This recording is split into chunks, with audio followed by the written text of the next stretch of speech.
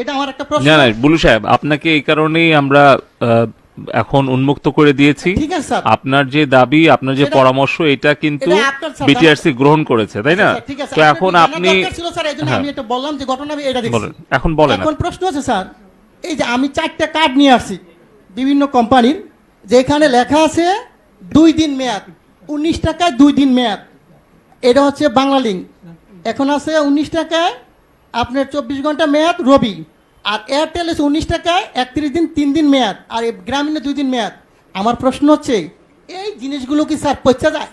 এটির মেয়াদ থাকবে কেন? আমার প্রশ্ন হচ্ছে মানুষের টাকা আপনি মনে করেন আমরা যদি 20 কোটি লোক হই, যদি 20টি করে ভরি, আর একদিন সবাই কথা বললাম না, কত হাজার কোটি টাকা এই কোম্পানি নিয়ে যাচ্ছে, সিস্টেমের মাধ্যমে নিয়ে যাচ্ছে। এর আগেও আমি বলেছিলাম, একটা নিউজে দেখাইছে 17 মিলিয়ন ভিউ হয়েছে। ওদিন থেকে উচিত ছিল এই সিস্টেমটাকে বাংলাদেশে বন্ধ করে দেওয়া।